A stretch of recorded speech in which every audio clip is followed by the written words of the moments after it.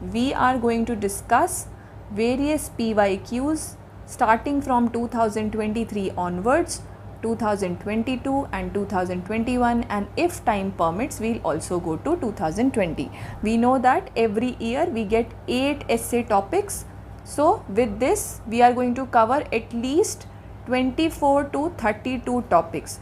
What are we going to do? We are going to look at the meaning, different approaches which can be followed, okay, what dimensions can be written,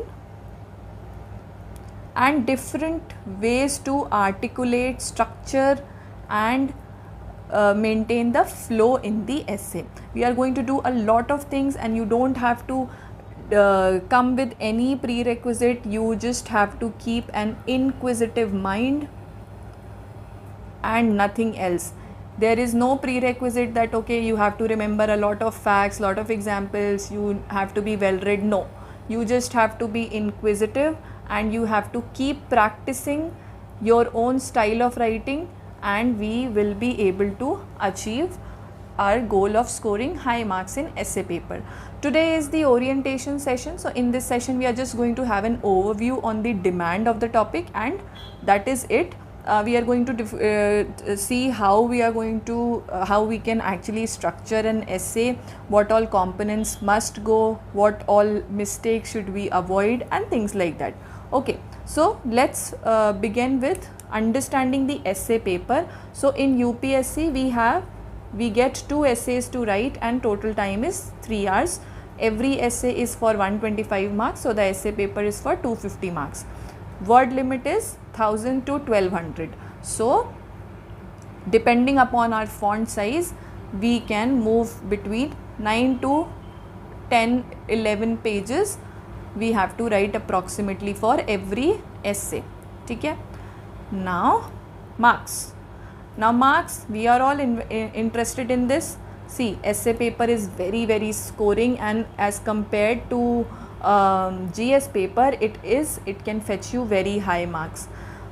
We have seen toppers scoring as high as 160, even 150, even 160. So we can see that it has a very high return on investment.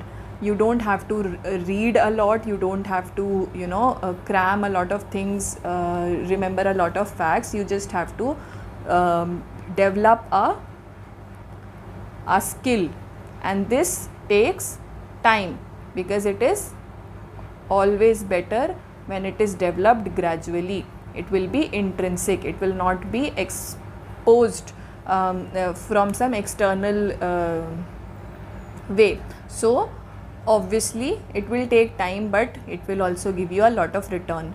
And if we want to be realistic, essay paper is very high scoring. If you compare it with GS, scoring marks like 110, 120 requires a lot of content, lot of effort, reading, writing, remembering. But in essay paper, this much effort is not required. There are some tips and tricks with which you can easily score an average score of 110 to 120 and even a high score of 150 to 160. So with this objective in mind, let's understand the demands of the essay paper. See, essay paper requires a holistic preparation, but I am not going to say that okay, today you go and every month you have to read at least one new book. No, you don't have to do all that, because I understand as a UPSC CSC aspirant, you already read so much that you are fed up of reading, right? But most of us do read newspapers on a daily basis. We do watch movies, and we do this also. We go in our free time and watch YouTube and Insta shorts. And if we have this good habit of reading books, then it is excellent, because this will give you an edge. You will definitely be very ahead in your articulation. But even if you are not reading books, it's not required. No matter what you are doing, even if you are reading newspapers, movies, YouTube, Insta shorts, you just have to focus and be very inquisitive and carry a very wide perspective. Even if you are talking to your friends or talking to your grandparents, you can inculcate their life stories and their experiences also in your essay. This is the beauty of the essay paper. But obviously there are some habits which will help you in fetching good marks, and these are the habits which can be developed gradually. You read newspaper, and every day you come across different editorials, whether you read Hindu or Indian Express, obviously, and you have, and like say daily you have 4 editorials. 2 of them are important from the point of view of exam, 2 of them are not so important from exam point of view from GS papers, but every editorial has different style of writing. So obviously you can read just for the sake of reading and see how differently people write and what all can you inculcate in yourself so that you can also write in a better manner. Next we come to previous topper copy analysis. See, every topper is very different. Some topper you will see they have excellent knowledge base, right? Some topper you will see they have very good vocabulary. Some are very good in articulation, ठीक है? Some are good in all of the above. So what you can do is you can simply read and analyze topper copies and simply सी कि उसमें से आप क्या चीज़ अपने अंदर inculcate कर सकते हो. किसी का मानिए फ़्लो मेंटेन करने का स्टाइल बहुत अच्छा है और आपको वो अच्छा लग गया, तो वो चीज़ आप अपने में इनकलकेट कर सकते हो, ठीक है. We in this weekly essay decode program also we are going to select few of the very good topper copies and we will decode कि उन्होंने उनका क्या अच्छा है और क्या हम easily replicate अपने भी कॉपी में कर सकते हैं. But ultimately you cannot, you should not and you cannot replicate the entire thing, ठीक है. क्योंकि essay क्या होता है, essay needs to be a reflection of you कि आपने उस टॉपिक से क्या समझा है, आप उस टॉपिक को कैसे अपने लाइफ में अप्लाई कर रहे हैं, अपनी अंडरस्टैंडिंग में अप्लाई कर रहे हैं.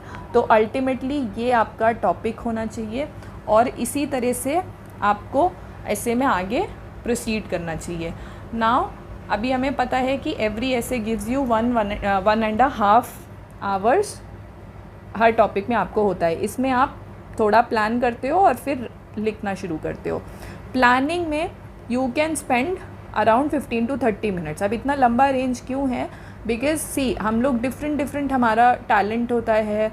तो कुछ लोग ऐसे होते हैं they are very good in articulation, they just need an idea और जैसे ही आइडिया आता है they are able to articulate it very well.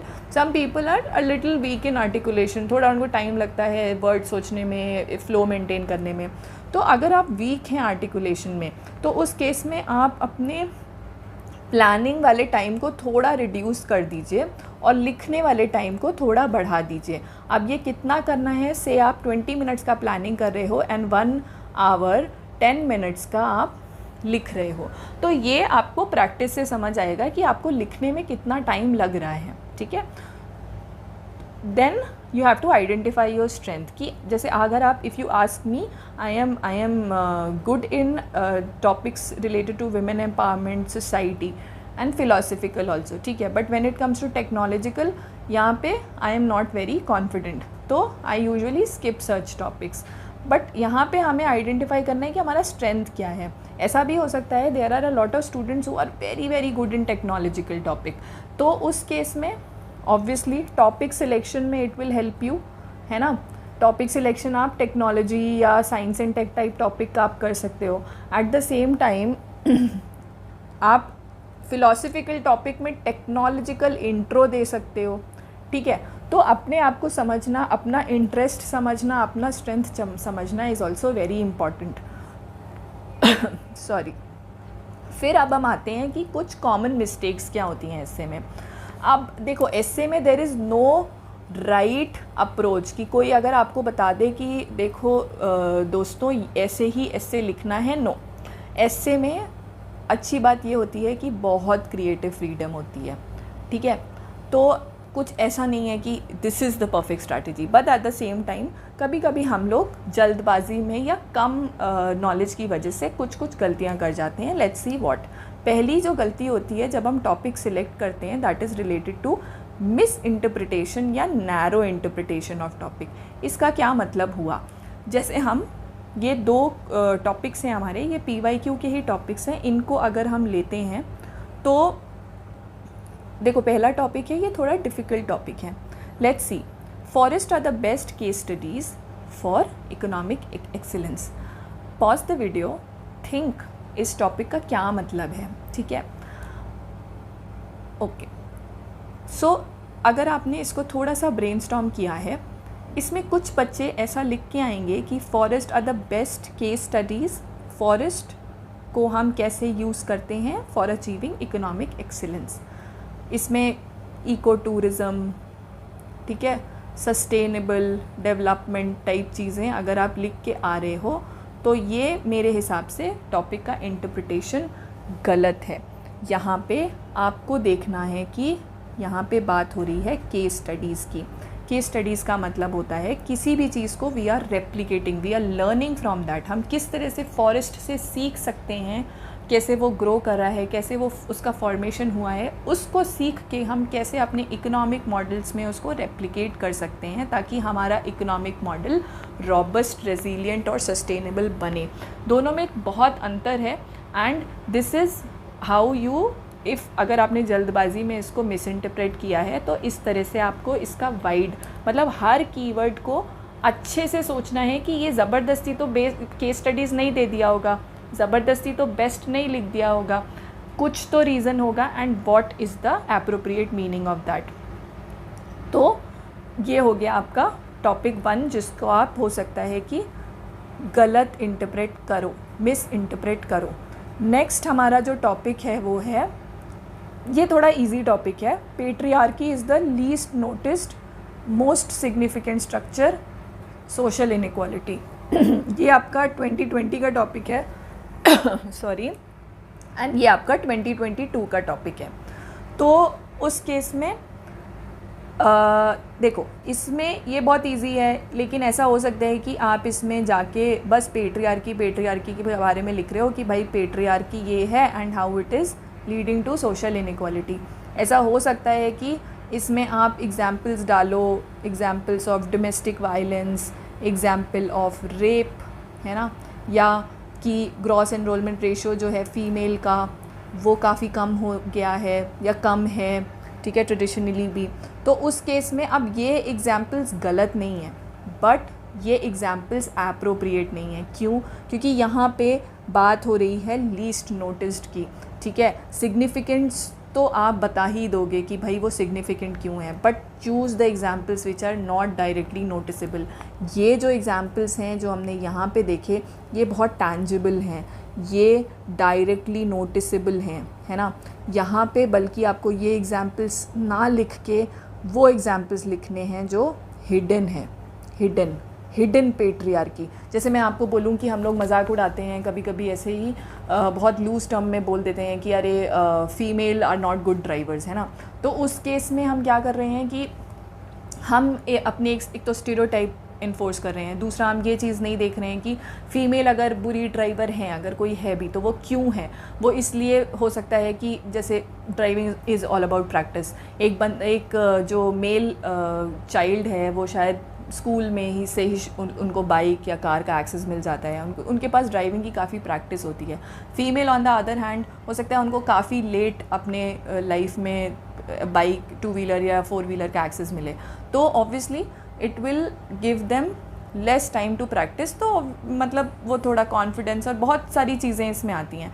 तो बट इसमें ऐसे एग्जाम्पल्स लेके आने हैं. If you are able to connect with me, इसमें हिडन पेट्रियार्की टाइप एग्जाम्पल्स आप पहले लाओ. आप ये वाले एग्जाम्पल्स भी लेके आ सकते हो, बट जो मोस्ट अप्रोप्रिएट होगा वो इस पे. तो यहाँ पे ऐसा हो सकता है कि आपने गड़बड़ जल्दीबाजी में नैरो इंटरप्रेट कर दिया टॉपिक को और जो डिमांड थी उसको एग्जैक्टली मीट नहीं किया. ठीक है, नेक्स्ट एग्जाम्पल सेंट्रिक. हम लोग क्या करते हैं, टॉपिक देखा, एकदम से दिमाग में आया ओ इसमें मैं बुद्धा से शुरू कर दूंगी और फिर मैं इसमें ये रामायण वाली कहानी लिखूंगी, इसमें मैं एनवायरनमेंट का ये वाला एंगल लिखूंगी, क्योटो लिखूंगी एंड ऐसे. तो ये तरीका सही नहीं है. ऐसे में एग्जाम्पल सेंट्रिक नहीं होना चाहिए, इससे should be idea centric. Generally भी अगर आप लॉजिकली भी सोचो तो what is an example? Example is just to substantiate, है ना. कोई भी आइडिया, कोई भी चीज़ सिर्फ एग्जाम्पल सेंट्रिक थोड़ी ना होती है, एग्जाम्पल से आप सब्सटैंशिएट करते हो, आइडिया पहले आप इंट्रोड्यूस करते हो। तो ये जो आइडिया है ऐसे इसके सेंटर्ड, इसके अराउंड सेंटर्ड होना चाहिए। ये आइडिया क्या है, we will discuss this very very deeply in our series, ठीक है। बट अभी के लिए this you keep in mind. Next, PESTEL थोड़ा नैरो डायमेंशन हो जाता है, वही चीज़ की एग्जाम्पल लिया, उठाया, पॉलिटिकल स्फेयर में ऐसा है, इकोनॉमिक में ऐसा है, सोशल में ऐसा है, तो ये थोड़ा मंडेन मतलब थोड़ा मोनोटनस लगता है, थोड़ा सा नैरो लगता है, बट ठीक है, मतलब फिर भी I will still call this as a mistake, क्योंकि इससे अच्छा आप कर सकते हो। देन नेगेटिव टोन, बहुत ज़्यादा नेगेटिव टोन ऐसे में नहीं रखनी है, बैलेंस्ड और पॉजिटिव टोन होनी चाहिए। लास्ट में आप एक पैराग्राफ डाल सकते हो जिसमें आप चैलेंजेस लिखो, यहाँ पे आप टोन को नेगेटिव रख सकते हो, but overall tone should be balanced and positive.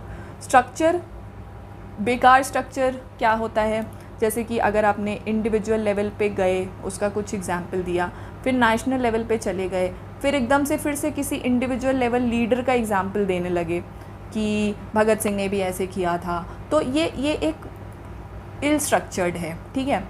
Flow eight the same time, कभी कभी ऐसा होता है कि आपने स्टार्ट किया एक पैराग्राफ और फिर फ्लो में आपने शुरू कर दिया कि हाँ हम इसको इस तरह से देख सकते हैं, इसके ये रीज़न्स हैं, फर्स्टली, सेकेंडली, थर्डली, और इस तरह से आप अपना ऐसे का फ़्लो मेंटेन कर रहे हो, तो वो भी बहुत अच्छा नहीं दिखता है, इससे बेटर आप कर सकते हो, ठीक है। तो अगेन जब मैं ये बोल रही हूँ these are common mistakes, mistakes का मतलब ये नहीं होता है कि ये बिल्कुल गलत अप्रोच है। ऐसे में अगेन बहुत सारा फ्रीडम होता है, आपको आर्टिस्टिक फ्रीडम होता है, but at the same time ये सब अवॉइड करके आप अपने मार्क्स को थोड़ा और एनहांस कर सकते हो, इन माय ओपिनियन, ठीक है। अभी आगे देखते हैं कॉम्पोनेंट्स क्या होते हैं। अब हमने मिस्टेक्स तो देख ली, तो कॉम्पोनेंट्स में ये मैं इनको बोलूँगी these are the golden components. आप किसी भी ऐसे में इसको जब इस तरह से अपने ऐसे को खोलोगे, इस तरह से अपने ऐसे को ब्रेक करोगे, तो आपके पास इतना सारा मैटर होगा लिखने को कि कभी भी आपको ये नहीं लगेगा कि मैं 10 पेजेस भरूँ कैसे, ठीक है। तो इंट्रो में आप 1.5 पेजेस डालते हो। हम बहुत डिटेल में डिस्कस करेंगे different types of intros in are subsequent series, but अभी तो ये ओरिएंटेशन है, तो I am just giving you an overview. फिर आप व्हाट कंपोनेंट डालते हो, व्हाट का मतलब होता है मीनिंग, कीवर्ड्स के जो मीनिंग होते हैं उनको एक्सप्लेन करते हो। फिर आप वाई कंपोनेंट डालते हो, ये बहुत इंपॉर्टेंट होता है स्पेशली फॉर फिलोसफिकल एस्से। ये यूजुअली सब स्किप कर जाते हैं, बट मेरे हिसाब से ये बहुत अच्छा होता है। अब जैसे मानो कोई प्लेटो है, सोक्रेटिस हैं, वो कुछ कह के चले गए हैं, तो उसको कहने के पीछे एक रीज़न होता है, एक रीज़न होता है जो या तो वो बताते हैं या तो वो आपको इनकलकेट करते हैं कि उस रीज़न को सोचो आप और उसको अपनी लाइफ में अप्लाई करो। तो वो रीज़न अपने ऐसे में लिखना भी बहुत ज़रूरी होता है। क्या है, कैसे है, थोड़ा और डिटेल हम इसका बाद में देखेंगे। Then we come to how आपका मेन बॉडी कॉन्स्टिट्यूट करता है कि भाई आपने हाँ थीसिस को डिफरेंट डायमेंशंस में लेके आए कि हाँ पॉलिटिकल ऐसा है, हिस्टोरिकली इंडिया में ऐसा देखा गया था, अलग अलग डायमेंशन से हम हाउ को सब्सटैंशिएट करते हैं। फिर उसके बाद ये ऑप्शनल है एंटीथीसिस। एंटीथीसिस में आप लिखते हो कि थोड़े से एक्सेप्शंस के बारे में बात करते हैं कि नहीं मतलब ज़रूरी नहीं है, इसके सिवा भी चीज़ें हो जाती हैं, एक डिफरेंट पर्सपेक्टिव को लेते हो ताकि आपके ऐसे और ब्रॉड हो। बट कॉशन ये है कि इसको बहुत ज़्यादा नहीं लिखना है और हार्डली मतलब आधा या एक पेज, और इसके साथ साथ सिंथेसिस लिखना भी ज़रूरी है। सिंथेसिस मतलब कि आप वापस से एंटीथीसिस को अपने थीसिस से कनेक्ट कर रहे हो और अपने थीसिस को रीइंफोर्स कर रहे हो। Then obviously challenges, way forward लिख सकते हो। लास्ट कंक्लूजन, एक्चुअली ये दोनों ही कंक्लूजन का पार्ट होता है कि थोड़ा सा आपने चैलेंज बता दिया, फिर आपने सोसाइटी के लिए सजेशंस बता दिए कि ये सोसाइटी में हम इनकलकेट करेंगे, तो हमारा ये वाला मतलब जो भी टॉपिक है वो हम इस पे कर पाएंगे कि ऑनेस्टी पे है तो हमें ये करना चाहिए, करेज पे है तो ये करना चाहिए, थिंग्स लाइक दैट, जो मेन थीम है। वे फॉरवर्ड दे दिया एंड देन आपने उसका कंक्लूजन दे दिया। कंक्लूजन में अगेन आधा पेज आर्टिस्टिक, फ्यूचरिस्टिक और इम्प्रेसिव, ठीक है। तो ये कैसे करना है, डिफरेंट तरीके कैसे होते हैं, we'll all discuss this, don't worry about that. तो अब हम आ जाते हैं इंट्रोडक्शन पे। इंट्रोडक्शन बहुत तरह के होते हैं क्योंकि आपके पास क्या है, क्रिएटिव फ्रीडम। तो इंट्रोडक्शन में आप पर्सनल एक्सपीरियंस डाल सकते हो, आप स्टोरीज़ डाल सकते हो, हाइपोथेटिकल। ये मेरे हिसाब से सबसे इजी वे होता है। और अगर आपको लिखना आ गया तो this actually is very very impressive. इसके लिए आपको कुछ करने की ज़रूरत नहीं है, कोई एग्जाम्पल याद करने की ज़रूरत नहीं है, कोई फैक्ट कुछ नहीं, सिर्फ वहाँ पे ही टॉपिक स्पेसिफिक स्टोरी क्रिएट करनी है। बहुत इजी है, बहुत इंटरेस्टिंग है। We will learn this also, ठीक है। नेक्स्ट होता है एनेक्डोट। इसका एक आप कंपाइलेशन बना सकते हो क्योंकि ऑब्वियसली अगर आपको 2 ऐसे आते हैं तो आप एक स्टोरी से शुरू कर लो, एक एनेक्डोट से शुरू कर लो। तो एनेक्डोट कैसे बनते हैं इसके बारे में हम डिस्कस करेंगे, हम कंपाइलेशन भी आपको शेयर करेंगे। बट अगर अभी के लिए आपको प्रैक्टिस करना है तो सिंपल न्यूज़पेपर पढ़ रहे हो, अगर कोई अच्छा सा लीडर आया, किसी की स्टोरी के बारे में कुछ पता चला आपको, जैसे गांधी जी की स्टोरी, मतलब कुछ इंटरेस्टिंग फैक्ट, बहुत कॉमन फैक्ट नहीं कि south Africa train incident is very very common, कुछ यूनिक सा कि उनका जो सेलिबेसी से रिलेटेड कुछ है, उनके वेजिटेरियनिज़म से रिलेटेड कुछ है, वैसा कुछ अगर इंटरेस्टिंग आपको पता है जो सब कॉमन नॉलेज में नहीं है वो डालो, ठीक है। और इसमें से भी ना आपको पूरा रटना नहीं है, सिंपल जैसे कि मानो किसी पैरालंपिक के बारे में लिखा, कोई स्टोरी कवर हुई और तो इनका नाम, इन्होंने क्या किया, इनके कुछ फैक्ट्स, कुछ इंटरेस्टिंग इनकी लाइफ से रिलेटेड इंसिडेंट्स, उसको ध्यान में रख लो और उसका एक कंपाइलेशन बना लो। और फिर इसको बार बार पढ़ोगे ना तो अपने आप आपके एसे में आपको समझ आएगा कि इसमें मैं ये वाली स्टोरी डाल सकता हूँ, ठीक है। Then we come to quotes. अभी कोट्स थोड़ा डिफ़िकल्ट हो जाता है, क्यों? बिकॉज कोट्स में ऐसा रहता है कि देखो जो टॉपिक आपको मिल रहा है वो भी यूजुअली एक कोटेशन ही होता है या फ्रेज़ होता है, ठीक है। तो एग्जैक्टली वैसा ही कोट, उसको फिर से समराइज़ करना थोड़ा मुश्किल होता है थ्रू अ कोट। बट फिर भी ऐसा कुछ रिजिड रूल नहीं है। If you have any quote in hand जो कि आपको लग रहा है कि यहाँ पे बिल्कुल एप्टली फिट हो रहा है तो you can even start with a quote, ठीक है। और फिर उसके बाद बट फिर भी मैं सजेस्ट करूँगी कि कोटेशन को आप बॉडी पार्ट में लिखो अपने ऐसे के, ना कि इसमें शुरू में, ठीक है। और अगर इंट्रो में लिख भी रहे हो तो combine your quote with other forms, जैसे कि क्वेश्चंस के थ्रू कंबाइन कर लो, मीनिंग के थ्रू कंबाइन कर लो, ठीक है। और भी तरीके होते हैं, जैसे कि डायलॉग फॉर्म में आप अपना इंट्रो लिख सकते हो, एक ड्रीम के फॉर्म में अपना इंट्रो लिख सकते हो। हम सारे इंट्रोज देखेंगे, different style of introductions up through previous years questions, जैसा कि we have discussed in at the start.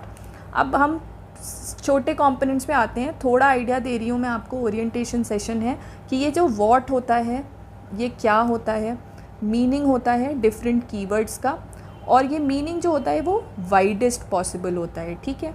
कितना टाइम देना हो, कितना मतलब स्पेस देना होता है, आधा पेज ऑलमोस्ट। जैसे अगर बहुत बड़ा टॉपिक है और उसमें 3 कीवर्ड्स हैं तो हो सकता है आपको थोड़ा और स्पेस लग जाए, 0.75 पेजेस लग जाए, बट बहुत ओवर नहीं करना है। फिर वेयर, कहाँ लिखना है मीनिंग, इंट्रो के बाद इंट्रो लिखो 1.5 पेज में, ठीक है। यहाँ तक आपका लगभग इंट्रो आ गया। फिर यहाँ पे आपने मीनिंग लिख दी। कुछ लोग थीसिस स्टेटमेंट भी डालते हैं, इसके बारे में हम बात करेंगे बाद में डिटेल में। तो अगर आप थीसिस स्टेटमेंट डाल रहे हो तो उसके पहले भी लिख सकते हो, बाद में भी लिख सकते हो, depends on you, depends on आप थीसिस स्टेटमेंट लिख कैसे रहे हो। तो ये हो गया कॉम्पोनेंट। जैसे एग्जाम्पल देख लेते हैं एक, डिटेल थोड़ा बाद में, बट सिंपल ये काफ़ी ब्यूटिफुल टॉपिक आया था, आई थिंक 2022 का टॉपिक है ये। Poets are unacknowledged legislators of the world, ठीक है। पॉज कर लीजिए वीडियो, थोड़ा सोच लीजिए, थोड़ा ब्रेनस्टॉर्म कर लीजिए। और अभी के लिए हम टॉपिक का मीनिंग पे नहीं जा रहे हैं, वी आर जस्ट सेइंग कि अगर हमें व्हाट बताना है, मीनिंग बताना है, तो हम किसकी मीनिंग बताएंगे, पोएट्स की बताएंगे और अनएक्नॉलेज्ड लेजिस्लेचर्स की बताएंगे। तो पोएट्स यहाँ पे हम बोल रहे हैं कि पहले हमने एक मीनिंग बता दी कि भाई पोएट्स वो होते हैं जो लैंग्वेज की पावर को यूज़ करते हैं to evoke emotions, convey ideas and inspire thought. But poet, इस तरह से अगर हम इस डेफिनेशन पे जाएं तो poet does not only include those individuals who create poetry, but they can also include any individual who engage in creative and imaginative expression, जैसे कि story teller, song writer, play right, journalist, essayist, ठीक है, dancers, performers, है ना, everyday people, मतलब कोई भी जो कि क्रिएटिव और इमेजिनेटिव यूज़ ऑफ लैंग्वेज कर रहा है वो पोएट कहला सकता है। अब इसका रीज़न क्या है इतना बड़ा लिखने का? इसका रीज़न ये है कि आप अगर ऐसे लिख रहे हो और आपने मानिए अपने ऐसे में सॉन्ग का एग्ज़ाम्पल दे दिया, आपने अपने ऐसे में किसी मूवी का एग्ज़ाम्पल दे दिया, किसी बुक का एग्ज़ाम्पल दे दिया जो कि फ़िक्शन है या नॉन फिक्शन भी है, तो उस केस में क्या आप क्या बोल रहे हो? आप पोएट्स तो ऐसे बहुत रिस्ट्रिक्टिव नैरो टर्म हो गया ना, बट जब आपने पहले ही बता दिया कि इट मीन्स कि भाई creative and imaginative use of language, तो उस केस में आप बहुत सारे एग्जांपल्स अपने यहाँ पे लेके आ सकते हो, ठीक है। फिर आप आ जाते हैं अनएक्नॉलेज लेजिस्लेचर्स पे। ये क्या होता है? इसका मीनिंग बता दिया और फिर इसको आपने कनेक्ट कर दिया दोनों को एक साथ, ताकि आपका टॉपिक का भी मीनिंग साथ में समराइज़ हो गया कि भाई पोएट्स जो हैं इनके पास फॉर्मल पॉलिटिकल पावर नहीं होती है, but they contribute to intellectual and moral development of humanity. They inspire change and they help shape the values and ideals that guide human civilization. This entire slide summarizes आपका what और topic का भी meaning आ गया, ठीक है। फिर अब next component आ जाता है why का। why क्या होता है? ये बहुत इंपॉर्टेंट है, हमने डिस्कस ही कर लिया। वाई मतलब होता है रीज़न। जैसे अगेन PYQ 2022 का टॉपिक है, pause the video, brainstorm this, इसका मीनिंग क्या है। यहाँ पे अगर आप वॉट बताएंगे तो आप shining sun and repairing roof, इसका मीनिंग बताएंगे। वाई में आप बताएंगे कि क्या भाई, क्यों रिपेयरिंग रूफ, मतलब क्यों जब सन शाइन कर रहा है वही क्यों बेस्ट टाइम है रूफ रिपेयर करने का। तो इसको उसका ऑपोजिट सोचो, भाई अगर सन शाइन नहीं कर रहा है तो क्या होगा? डार्कनेस होगा, रेनफॉल भी हो सकता है, रेनफॉल या थंडर स्टॉर्म, है ना। तो ये क्या रिफ्लेक्ट कर रहा है, और इसके विपरीत, इसके ऑपोजिशन में शाइनिंग सन क्या रिफ्लेक्ट कर रहा है। इस तरह से सोचोगे तब समझ आएगा कि क्यों ये बेस्ट टाइम है रूफ़ को रिपेयर करने का। शाइनिंग सन आपको बताता है कि ये एक विंडो ऑफ अपॉर्चुनिटी है ना। तो ये इसलिए भी बेस्ट टाइम है क्योंकि इस टाइम पे जो हम एक्शन लेते हैं वो क्विक फिक्सेस नहीं होते हैं। भाई जब बारिश हो रही है और पता चल रहा है आज तो बारिश होगी, तो पता चल रहा है कि हमारे रूफ़ में छेद है या कुछ रिपेयर करना है, तो आप वहाँ पे कुछ भी क्विक फिक्स लगा दोगे, है ना, कि ऐसे कर लो, यहाँ पे पन्नी रख लो या जो भी व्हाटएवर, ठीक है। तो बट अगर आपके पास टाइम है तो आप उसमें ऐसा इन्वेस्ट करोगे कि वो सस्टेनेबल होगा, ठीक है।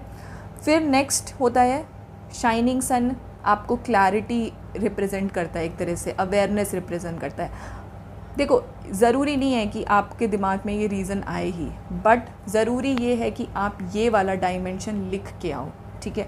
आपके पास और भी अगर रीज़न्स आ रहे हैं कि why is this the best time, आप उसको इंक्लूड करो।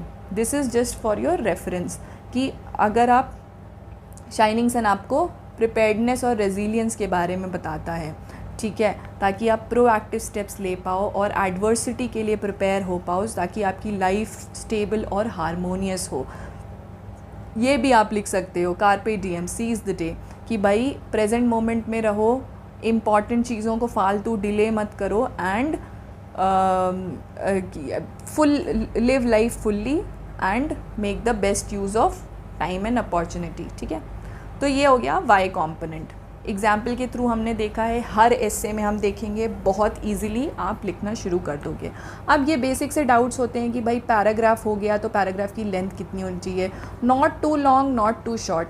इंट्रो एंड कंक्लूजन आपके थोड़े लॉन्ग हो सकते हैं, 1.5 पेज बताया मैंने। कंक्लूजन थोड़ा इतना 1.5 पेज मत लिखो, क्योंकि कंक्लूजन एक्चुअली क्या होता है, कंक्लूजन में अगर वे फॉरवर्ड भी आपका जुड़ा हुआ है तो आपका 1.5 पेज तक जा सकता है। अदर पैराग्राफ्स के लिए try to be very safe कि भाई not too long not too short, 1 page में 2 पैराग्राफ्स, ठीक है। अब पैराग्राफ का क्या मतलब होता है, हम क्यों पैराग्राफ चेंज करते हैं? तो सिंपल सा आइडिया है कि एक आइडिया मतलब एक पैराग्राफ। जैसे ही आप अपना आइडिया चेंज कर रहे हो, आप अपना पैरा चेंज करो। बीच बीच में फालतू में मत सोचो कि अब मैं पैराग्राफ चेंज कर दूँ, ठीक है? तो इसका भी थोड़ा ध्यान रखना है।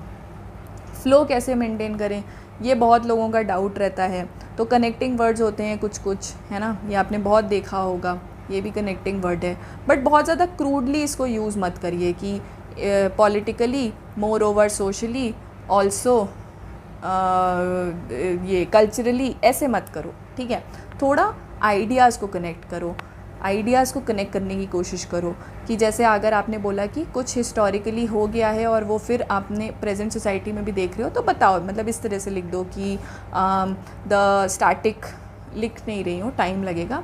सो आप इस तरह से लिख सकते हो इसको कि the static changes in history can also be reflected in the dynamic world of today in environmental arena, जो भी है, जो भी आपका आइडिया है दिमाग में, ठीक है? सिमिलरली अगर कोई इंडिविजुअल लेवल पे हुआ है तो आप बोलो कि ये नेशन लेवल पे भी होता है। तो इस तरह से आइडिया को कनेक्ट करो। फिर एक तरीका होता है कि आप क्वेश्चंस के थ्रू कनेक्ट करो, देखेंगे कैसे, वील सी इट लेटर। फिर आप आ जाते हैं आगे के लेक्चर्स में आपको क्या मिलेगा, इसके ही बारे में थोड़ा और बात होगी डिफरेंट एसे के टॉपिक से।